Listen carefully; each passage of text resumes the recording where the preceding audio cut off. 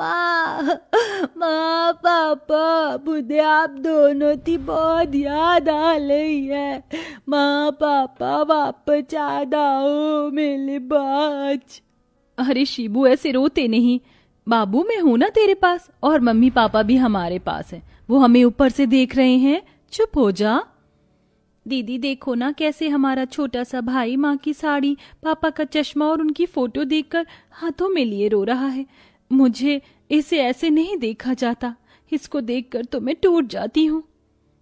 तुम दोनों ऐसे परेशान रहोगे तो मैं खुद को कैसे संभाल पाऊंगी। मैं भी टूट जाऊंगी। तुम ही मेरी ताकत हो। चलो चुप हो जाओ शिबू। बेटा मेरे पास आओ। तू चिंता मत कर, मैं तेरा माँ की तरह ख्याल रखूंगी। हाँ दीदी। तभी शिबू अपनी बहन को गले लगा लेता है। बेचारे तीनों गरीब भाई बहन 2 महीने पहले ही अपने माँ बाप के गुजर जाने से अनाथ हो गए। बहन भाई की खाने पीने और घर चलाने की सारी जिम्मेदारी बड़ी बहन 18 वर्ष की अनिका के नाजुक कंधों पर थी।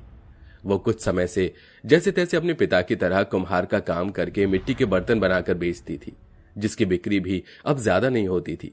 घर में ज्यादा कुछ खाने को होता नहीं है, इसलिए अनिका चूल्हे पर ज्यादा पानी डालकर एक पतली सी खिचड़ी बना देती है। क्या हुआ माही, तू खिचड़ी क्यों नहीं खा रही है? दीदी मुझे ये खिचड़ी खाने का बिल्कुल भी मन नहीं है। आप 1 महीने से रोज सुबह यही बनाती हैं। अब दूसरी चीज खाने का भी मन करता है। अरे तो रात में बनाती तो हूँ दाल चावल, कढ़ी चावल। और दीदी बच जाने पर आप वो अगले दिन भी खिलाती हो। मुझे आलू पूरी खाने का मन है। और शिबू, आप तो जानती हैं उसे माँ के हाथ की खीर कितनी पसंद थी। 2 दिन पहले मुझे खीर खाने को बोल रहा था। अगर बर्तन अच्छे से बिक जाएंगे ना तो मैं एक दिन चीनी ले आऊंगी, एक दिन दूध ले आऊंगी, और चावल टूटे हुए तो है ही। अब पानी में तो खीर नहीं बन सकती। माही तू तो समझदार है, शिबू नहीं समझता, वो बहुत छोटा है। पर हम उसे वो सब कुछ देंगे जो वो चाहता है। कितने दिनों से मिट्टी के बर्तनों की बिक्री भी नहीं हो रही है। आप परेशान मत होइए दीदी। इतने दिनों से आप ही मिट्टी के बर्तन बनाकर थक जाती हैं और फिर बाजार भी जाकर बेचती हैं। आप बर्तन बना देना, क्योंकि मुझे बनाना नहीं आता। मैं बाजार बेचने चली जाऊंगी और ध्यान से जाऊंगी। आप प्लीज मना मत करना। अच्छा ठीक है। हाले आप क्या बात तक कर रहे हो? इतनी देर से तान बता दिए ततल ततल ततलते। हे भगवान, ये मेरा छोटा भाई भी ना, एक तो इसकी प्यारी सी आवाज, ऊपर से तोतला। समझ भले ही ना है लेकिन हंसा जरूर देता है। तामत्ता बाले बुत्ती लदी है दीदी, ताना दो तिलाओ माती तालाब पे तहाते। खिला दो दीदी, खिला दो, वरना ये ऐसे ही कचर पचर करता रहेगा। हाँ हाँ, खिला रही हूँ। फिर अनिका अपने छोटे भाई को अपने हाथ से खाना खिला देती है। वहीं दूसरी ओर अनिका मिट्टी के बर्तन बनाने लगती है, जिसे बनाकर वो धूप में सुखा देती है। और फिर उसकी नजर सामने के उस मिट्टी की जगह पर जाती है जिसे वो अपनी मिट्टी के बर्तन बनाती है। हे भगवान, एक तो इतनी तेज गर्मी है, मेरा ही इतना हाल बेहाल है, तो इस बेचारी धरती माता का क्या हाल हो रहा होगा। कितनी मिट्टी सूख गई है कि दरार आ गई है। मुझे नमी के लिए पानी डालना होगा। अनिका के घर के अंदर बर्तन देखने जाती है जिनमें नाम मात्र पानी होता है। ओफो, इसमें तो पानी ही नहीं है। मैं कुएं से पानी लेकर आती हूँ ताकि हम भी पी लें और धरती माता को भी थोड़ा सा दे दे। इतनी गर्मी है, प्यास तो लगेगी ही। बड़े मटके उठा लेती हूँ, धीरे धीरे लाने की कोशिश करूंगी। अनिका 2 बड़े बड़े मटकों को लिए चिलचिलाती धूप में कुएं से पानी भरने चली जाती है। वो कुआं जो कि उसके घर से बहुत दूर था। फिर अनिका पानी भरकर बड़ी मुश्किल से घर लेकर आती है और एक मटका घर रखकर दूसरे मटके से उस सामने सूखी बंजर मिट्टी में पानी डालती है। इस पतली सी चप्पल में मेरे पैर बहुत तेज से जल रहे हैं। पानी से भी फर्क नहीं पड़ रहा है। ये लो प्यारी सूखी मिट्टी, मैं तुम्हें पानी दे रही हूँ, जिसके बाद तुम में नमी आ जाएगी और फिर तुम्हें तपन महसूस नहीं होगी। अच्छा, अब मैं चलती हूँ। अनिका मिट्टी को पानी देकर अपने सूखे हुए मिट्टी के बर्तनों को उठाकर टोकरी में रखती है। तभी माही आती है। अरे दीदी, आप टोकरी लेकर कहाँ चल दी? मैंने कहा था ना मैं ही बाजार जाऊंगी मिट्टी के बर्तन बेचने के लिए। आप शिबू के साथ घर पर रहिए। वैसे भी आपको कब से ढूंढ रहा है। कहाँ चली गई थी आप? पानी भरने गई थी, बताया तो था। ठीक है, तू आराम से जाना। अगर टोकरी नहीं संभल रही है तो बता दे। मैं संभाल लूंगी दीदी, इतनी भारी नहीं है टोकरी। फिर माही भारी टोकरी को मुश्किल से उठाकर बाजार में ले जाती है और बेचने लगती है।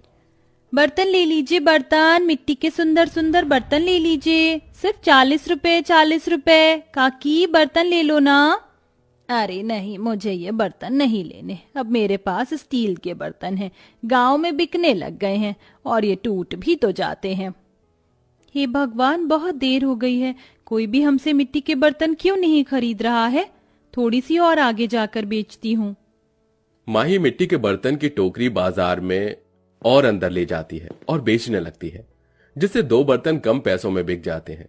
उन 60 रुपए से वो रात का खाना बनाने की सब्जी चावल ले आती है। ऐसे ही हफ्ते गुजर जाते हैं। माही के रोज बाजार में मिट्टी के बर्तन बेचने पर भी मुश्किल से 1 या 2 ही बिकते थे। वहीं दूसरी ओर अनिका उसी सूखी मिट्टी में रोज पानी देती थी। अब अगले दिन खाने को कुछ नहीं था, जिसमें छोटे भाई को बहुत भूख लगती है। दे दे, मुझे बहुत भूख लगी है, पेट में हुई हुई होली है, खाना दे दो तुझ तो, आपने धील भी नहीं बनाई। भाई थोड़ी दिन और रुक जा, मेरे को खीर वाला सामान नहीं मिला बाबू, दुकान पर कोई दे ही नहीं रहा, अभी वो वाला सामान खत्म हो गया है। हाँ बाबू, थोड़े दिन और रुक जा, दीदी मैं किसी से खाना मांग कर लाती हूँ, अब तो हम पर पैसे भी नहीं हैं, ना घर में कुछ और दाना पानी, और आटा भी खत्म है। मुझसे मटकी भी फूट गई, इतनी गर्मी में मटकी के पानी से भी प्यास नहीं बुझती। अब परेशानियां तो हैं, लेकिन हम अनाथ बच्चों की जिंदगी अब बस यूं ही रहेगी। मैं आज मिट्टी के गमले बनाऊंगी, बर्तन तो बिक नहीं रहे हैं। अनिका रोते हुए उसी जगह से मिट्टी लेने जाती है जिसमें वो इतने दिनों से पानी दे रही थी, और माही अपने भाई के लिए खाना लेने जाती है तो आस पड़ोस के लोग भी उन्हें दुत्कार देते हैं। माही वापस आकर अनिका को सब कुछ बताती है, जिससे उसे और रोना आता है और उसके आंसू इस धरती माता पर गिर पड़ते हैं कि धरती माता मुस्कुराकर कहती है, पुत्री, अब तक तो तुम मुझे रोज दूर के कुएं से पैर जलाकर पानी से सींच रही थी, पर आज तुमने अपने उदास मन के साथ अपने अश्रुओं से मुझे नम कर दिया। मैं अपनी संतान को ऐसे परेशान होता हुआ नहीं देख सकती। मैं तुमसे बहुत प्रसन्न हूँ कि इतनी गर्मी में भी तुमने मेरा ख्याल रखा, मुझे रोज पानी दिया। इतनी गर्मी में तो कोई इंसान भी किसी की प्यास नहीं बुझाता, पर तुमने मुझे रोज पानी देकर बिल्कुल सूखने नहीं दिया। इसलिए मेरा फर्ज बनता है कि अब तुम खुश रहो। मैं तुम्हें जादुई 3 बर्तन देती हूँ। ये लो, पहले जादुई कुकर, इसमें तुम खीर, चावल, सब्जी कुछ भी बना सकती हो। दूसरा है आटे का बर्तन, इस आटे के बर्तन से कभी आटा खत्म नहीं होगा। और तीसरा जादुई बर्तन क्या होगा धरती माँ?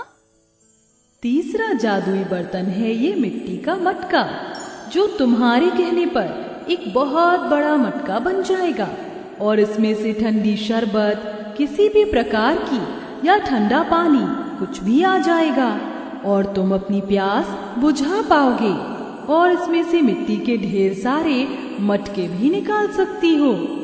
अरे वाह धरती माता, मुझे लगता है हम अनाथ को एक प्यारी सी माँ मिल गई है, जो अपने बच्चों के खाने पीने हर चीज की पूर्ति कर रही है। मैं तो सबकी माँ हूँ, पर ख्याल सिर्फ कोई कोई ही रखता है, जैसे कि तुम। अब तुम बेटी की तरह सेवा करोगी तो माँ की तरह फर्ज तो मुझे भी निभाना पड़ेगा। इन जादुई बर्तन से कुछ भी चाहिए हो तो कह देना।